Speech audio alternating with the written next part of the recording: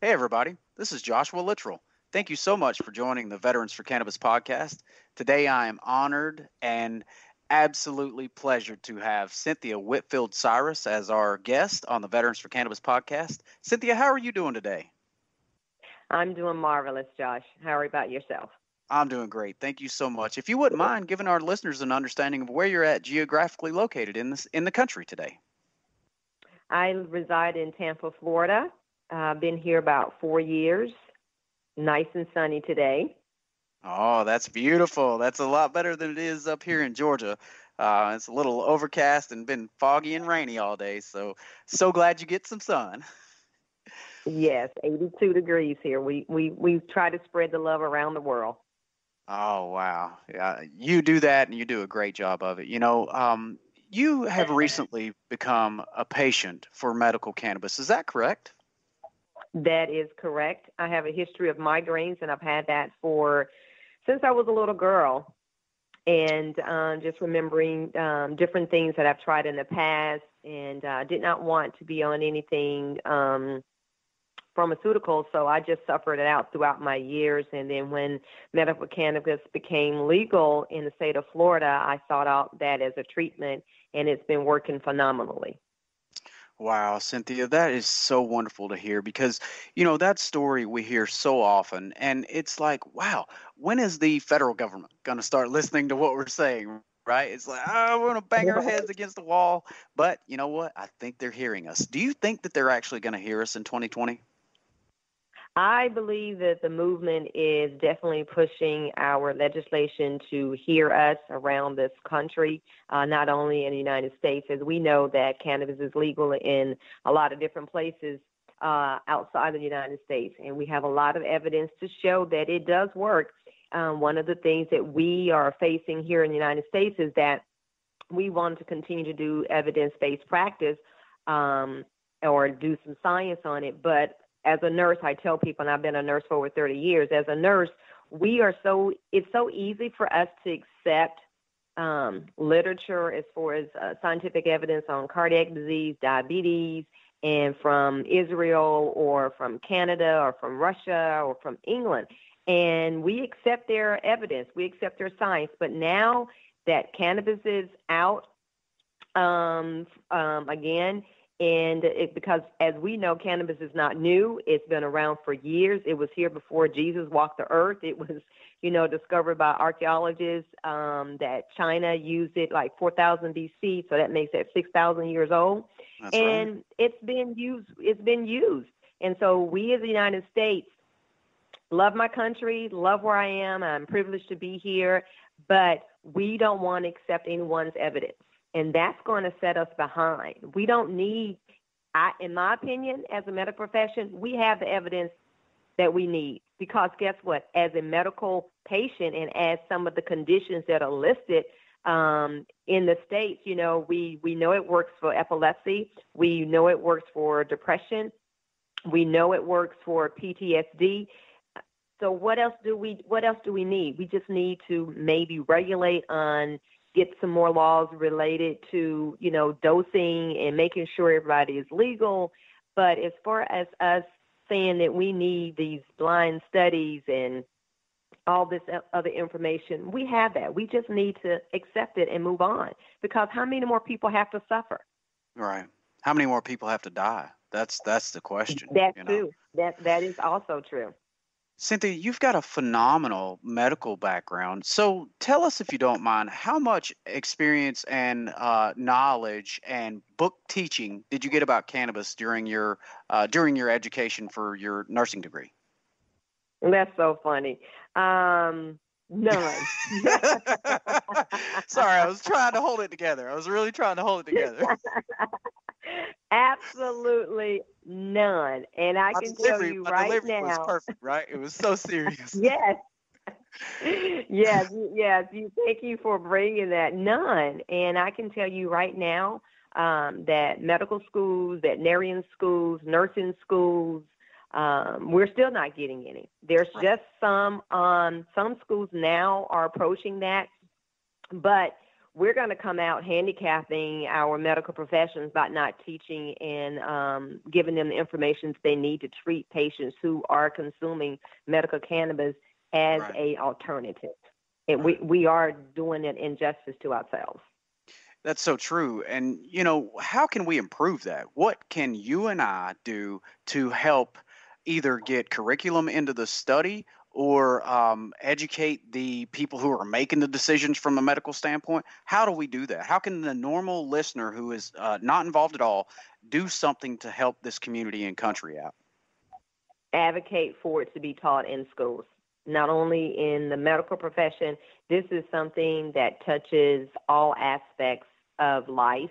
It has a business component. Of course, we know we have the agriculture component, but we as people here in the United States, we need to open up our mouths, and we need to All right. let them know that we want the stigma removed. This is a good plant, and we need to be able to give it to patients because Right. it creates a balance. Nothing is 100% effective, but when you balance it out with other alternatives, it can improve your life. So we need to stand up for it. We need to stand up for it. We need to advocate. We need to go to our legislators and say, hey, we need this not only as medical, but we need to start changing the rules and the regulations to allow it to be taught that Schedule 1, it needs to be removed. It needs to be Okay. removed. All right. So help me understand how we're supposed to guide these people. Because here I am. I'm going to walk in. Hey, Senator Joe Schmo, we need weed. We need to free the weed. We need to make sure that we can get the weed access that we want. Is that? I mean, they'll listen, No, right? no, not with. They're most likely they're going to listen because you're standing in their face. But we need people to not come at them with that. Advocate for based on that the cannabis plant is an alternative to health, and we as people deserve to have alternatives to our health. We need to cite literature to show that it is a proven alternative, and we need to supply them with that evidence and that information. We can gather information related to cannabis treating patients who have seizures. We know that there are lots of cannabis is a good drug for for the children who have seizures, for patients who have MS. And I think the more evidence that we give them and the more that we put it in their face and the more that we get the people who have been treated by the plant itself get to speak to these people, because that is going to make a difference. Yes. That makes a difference. If we can show you what the individual was or get them to testify and give their testimonies, that is going to help along with the evidence. Those two things So you're together. telling me that the way that I deliver a message and the words that I use when I deliver that message make a difference in what I'm saying, even though I'm saying the same thing, just different wording on it. That makes a big difference. It makes a whole lot of difference. Your approach, your appearance.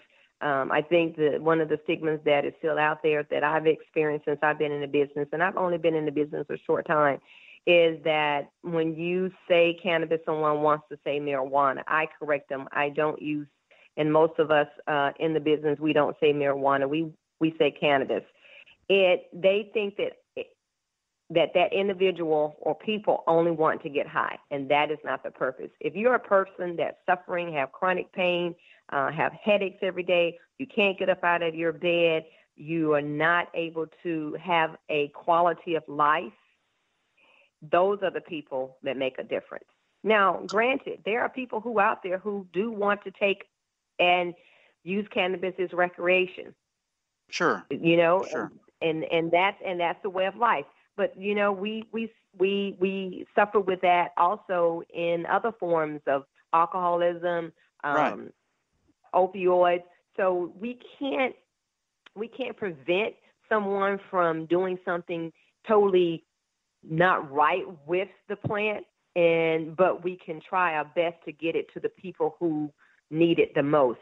And the people who need it the most are the people who are suffering. So we have to gather together and get those people together along with the evidence that's already out there and present it in a professional manner.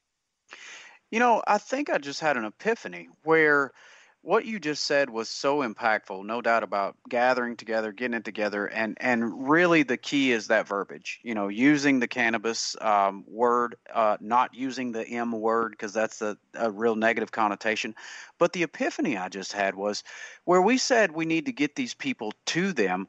How about we take a new stance on this and let's try to mobilize them in their local area because you know that senators and representatives actually live in their local communities, right? So, what about if we Correct. put something together and then we have the senator and representative come to that meeting, come hear them out in their local area so they don't have to travel to 5, 10 hours to get to their capital and speak in front of the Senate or House committee, right? Let's actually get that House representative or senator to come to them in their own local community. Let's That'll be take that. awesome. It's Let's you and almost I similar like, run with that. right. Yeah, it's almost similar like a town hall.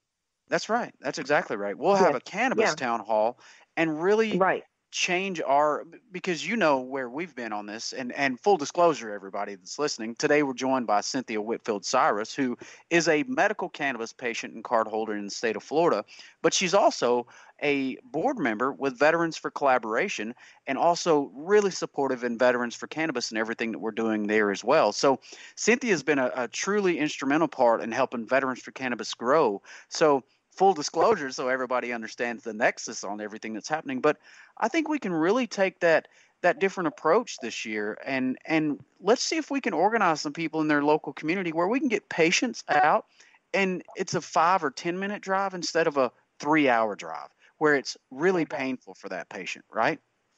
That's You and I can that is do that. correct. That will be, yeah, we can definitely get that going. We definitely need to put that on our agenda and start planning that. Because I think that'll be great.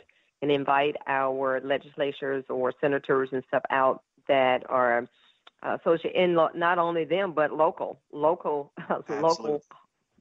local Yeah, officials also. elected officials, you're right. The city council, the county commissioners, the Hmm. mayor, the sheriff, the people Yes, who need the most education in this whole entire process. that is correct. I definitely agree because I think everyone, and physicians and doctors and nurses and medical people also, because again, keep in mind, the the community is not being taught about it, and there's That's not right. a lot of, and some of the information that is out there right now, unfortunately, is not all good information. So we need to band together, everybody in the cannabis business. It is just not one individual person's mantra. It is all of ours. If you're in this business, I encourage you to make sure you learn about the plant. You learn the correct information. You deliver the correct information because that's important. Because I took a real estate class years and years ago, and one of the things that I learned in that real estate class is that everything that came out of my mouth, people were going to be listening to me. I am the person that's Absolutely. carrying the message. If I tell someone and they purchase a home, they're listening to me, and I'm held liable to that. So Oh, yeah. everything that comes out of my mouth, it has to be correct. No one intentionally is trying to give the wrong information, but I think we're all in different things for different reasons. And then you do, of course, and I know that there are people out here who is just trying to make money. Well, that's Right. not what we do. Our goal is to educate. Our goal is to get medical cannabis to the people who need it and educate them on how to utilize it and what can it do for you to bring a balance to your life. That's why I partnered with a VSC because I believe in that. Well, Cynthia, you mentioned, years ago with real estate. Let's talk about your background a little bit. So, you're a nurse Hmm. first and foremost, but what kind of experience do you have in the medical field? And tell us about your educational background too. Well, I started nursing years and years and years ago. So I've been a nurse, as I said, for over 30 years. I started out at Tuskegee University, and I transferred to University of Alabama in Birmingham. Graduated back in the days of the late 80s, and I transitioned to a critical care nurse in Shands Hospital in Gainesville, Florida. Did that for a while, got my master's in business. Then I relocated to Tennessee and worked at Vanderbilt for a while. and then I transitioned back to Florida. And in those times or whatever, my stint, I have done bedside nursing, process improvement,